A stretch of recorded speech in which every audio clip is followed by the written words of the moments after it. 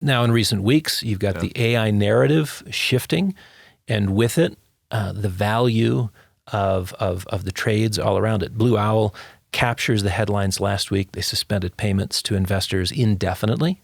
Yeah. Indefinitely. Well, you can't have your money. We don't have it. And that's in response to redemption requests going through the roof. And what it reveals is a liquidity mismatch. The underlying assets, the loans, are not really liquid. And the cash they have on hand is not sufficient to meet the wave of redemption requests. I love how you said it's a liquidity mismatch. Okay, that's an interesting way of saying you cannot get your money back out.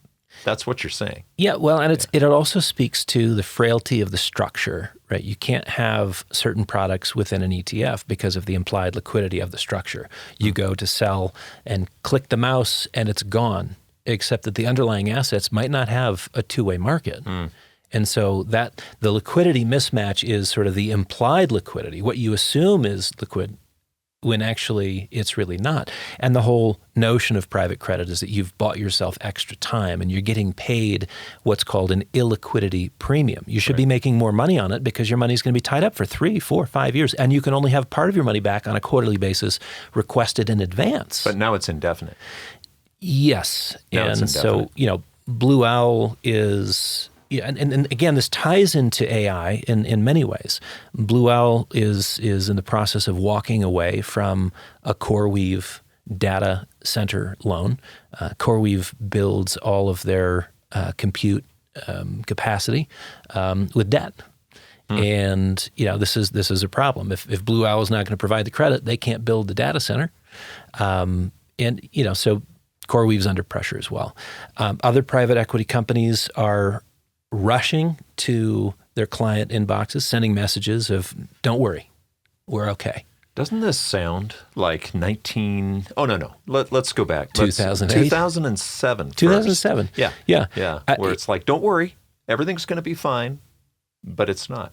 Right. Well, the popular products of the time, 2008, 2009, and of course packaged in 2004, 5, 6, and 7, were mortgage-backed securities and repackaged loans, collateralized loan obligations, CLOs, CDOs, and they were paying above market at the time. Well, of course. Of course. Yeah. There was an illiquidity premium. You got to choose the kind of risk that you wanted, and there was an implied liquidity in the product, which ended up not being the case when you got to late 2008. But what you're saying is there's a connection to the AI narrative and this debt unraveling. Within private credit, yeah. I mean, so if you have memories of the mortgage-backed securities crisis that triggered the global financial crisis, that's 18 years ago now, the C-suite fire stomping, it can actually be more of a cause for concern than calm. So the private equity guys getting out and saying, hey, we're okay. Don't worry, we're okay. That actually may have an unintended effect. Like, wait a minute, we weren't worried, but if you're worried enough to send me an email saying I shouldn't be worried, maybe I should be worried, and I now am. Why don't you just give me a little of my money now? Right, I'll just take a small amount. Yeah. The interconnectedness of private equity, private credit, tech, and AI is enough of a daisy chain to matter. And while most buyout firms have limited exposure to real estate, there is this added layer of exposure within the credit markets that has negatively impacted commercial real estate. And so, the same private equity groups that have, and private credit, I should say, with significant loans into tech and AI also have some exposures in commercial real estate. Not all of them. On average, probably 5% exposure to commercial real estate. But then when you go to a Blackstone, a Brookfield, a KKR, and Apollo, they've got real estate assets in the range of 20 to 40% of firm-wide assets under management. So, commercial real estate, is it the canary in the coal mine?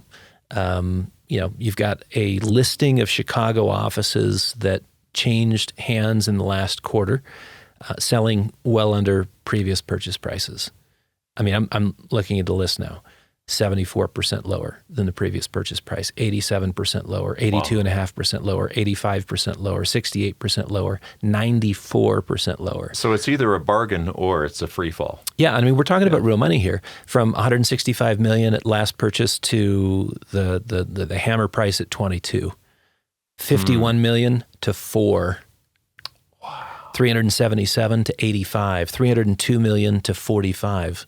I mean, they're great deals unless vacancy rates go even lower, which again ties back into AI. Yeah, see, that's the thing. You called it a daisy chain. Who would have thought that AI might be connected to commercial real estate collapse? Notably, Anthropic CEO Dario Amodei predicts 50% of entry-level white-collar jobs will be impacted within the next five years. So possibly replaced. Well, impacted is one way of saying it. Probably a 14 to 30% disruption or complete displacement in total. Talk about deflationary. Wow. So particularly for commercial real estate, maybe these are sensational prices at rock bottom levels. And maybe the revolutionary nature of AI is jobs negative at a scale we care not to imagine, right? So leaving some commercial real estate, I mean, can you imagine having commercial real estate with a negative value? When you factor in the taxes and insurance that you have to pay. Go to a place like New York City. Oh, you think real estate taxes are going down? Right. Not anytime soon. So your cost to carry, it doesn't matter what you paid. The question is, how much do you have to continue to pay in hopes that you can actually improve your vacancy rate or your occupancy rates?